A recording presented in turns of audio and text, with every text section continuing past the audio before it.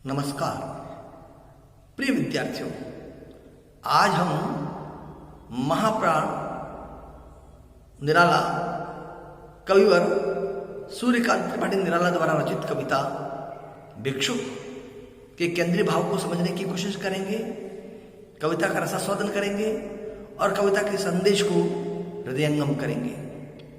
भिक्षुक कविता निराला ने एक दीनहीन असहाय भिक्षा से जीवन निर्वाह करने वाले गरीब, लाचार और बेबस व्यक्ति का चित्रण किया है, जो भिक्षा से अपना निर्वाह करता है, भीख मांगने जाता है। तब उसके साथ दो बच्चे भी जा रहे हैं, उसका पूरा परिवार बदहाली में है और अपनी बदहाली में भिक्षा के दो दानों से जीवन का निर्वाह करते हैं। कवि लिखते हैं, वह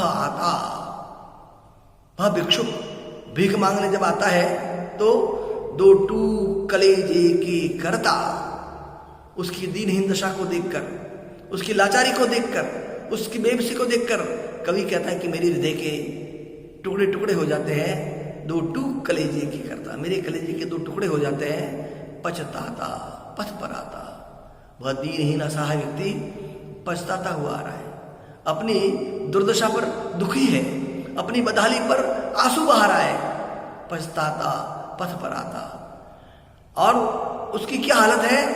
पेट पीठ दोनों मिलकर है। वो एकदम दीन क्षीण है, थका है, दुबला पतला है, चल भी नहीं पाता है, और इतना दुबला पतला है कि पेट पीठ दोनों मिलकर है एक। उसके पेट और पीठ दोनों मिलकर एक हो गए हैं। पेट इतना अंदर धस गया है कि पीठ से जा लगा है। चल रहा लकुटिया टेक, बिना सहारे के चल भी नहीं पा रहा है। लकड़ी का सहारा लेकर, लाठी टिका टिका कर चल रहा है। चल रहा लकुटिया टेक, मुट्ठी भर दाने को। और जा किसके लिए रहा है? मुट्ठी भर दाने के लिए, मुट्ठी भर दाने को, भूख मिटाने को, अपनी भूख मिटाने के लिए, अपनी क्षुधा पूर्ति के लिए मुंह फटी पुरानी झोली का फैलाता। और जहां भिक्षा मिल भी रही है उसको संयोग से, उसके पास लेने के लिए पात्र भी नहीं है। झोली है, वह झोली भी फटी हुई है। इस पंक्ति के माध्यम से निराला ये बताना चाह रहे हैं कि दीनहीन दुखी लोगों को अगर कुछ मिलता भी है तो उसका पूरा पूरा भोग नहीं कर पाते। फटी हुई झोली में से काफी कुछ गिर जाता होगा। मुंह फटी पुरानी झोली का फैलाता, दो टूक कलेजे के करता, पछताता पथ पर आता।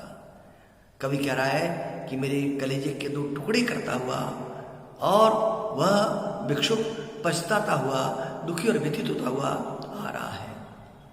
अगला दृश्य है, साथ दो बच्चे भी हैं। वो अकेला नहीं है, उसके साथ दो बालक भी हैं, और वो भी मांगने के लिए आए हैं। साथ दो बच्चे भी है, सदा हाथ फैलाए। उनका हाथ पसरा हुआ ही रहता है, कुछ पाने की लालसा में, कुछ खाने पीने का सामान मिलेगा इस अपेक्षा में सदा हाथ फैलाए। बाएं से वे मलते हुए पेट को चलते। और उनकी हालत यह है कि जब क्षुधा शांत नहीं होती है तो पेट को मलमल कर चल रहे हैं। बाएं से मलते हुए पेट को चलते, और दाहिना दया दृष्टि पाने की ओर बढ़ाए। दाहिना हाथ उन्होंने आगे बढ़ा रखा है। देने वाले दाता की दया दृष्टि, उसकी कृपा, उसकी अनुकंपा, उसकी मेहरबानी की लालसा में भूख से सूख ओठ जब जाते। क्षुधा के कारण, भूख के कारण जब उन बालकों के ओठ सूख जाते हैं, दाता भाग्य विधाता से क्या पाते?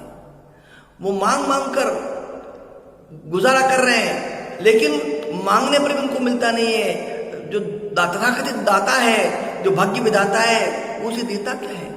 घुड़कियां, गालियां, धक्के, और वहां से खिसकने को कहता है। दाता भाग्य विधाता से क्या पाते?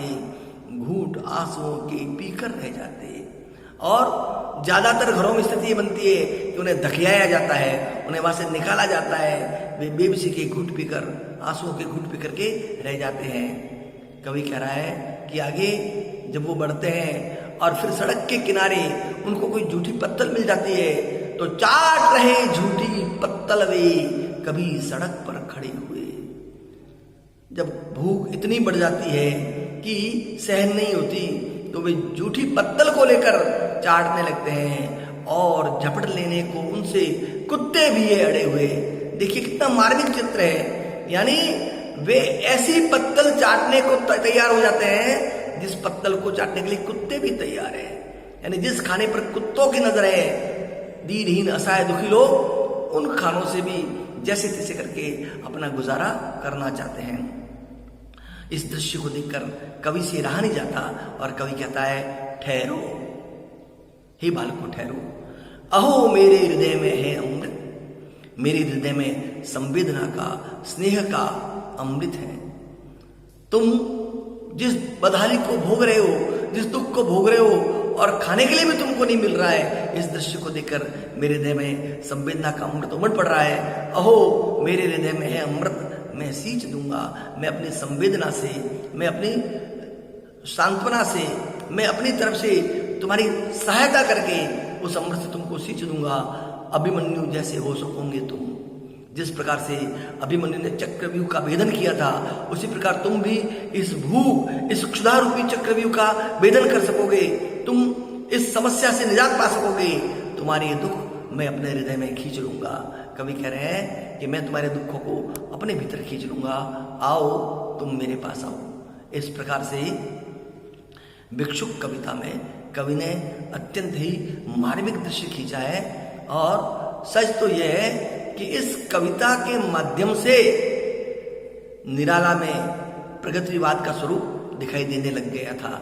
निराला मूलतः छायावादी कवि थे, लेकिन इस कविता में हम उनके प्रगतिवादी स्वरूप, प्रगतिवादी कवि के रूप में उन्हें महसूस करते हैं। प्रिय विद्यार्थियों, इस कविता का रसास्वादन करें, इसके भाव को समझें और इसकी संवेदना को, इसके मूल प्रतिपद्य को हृदयंगम करें। धन्यवाद, नमस्कार।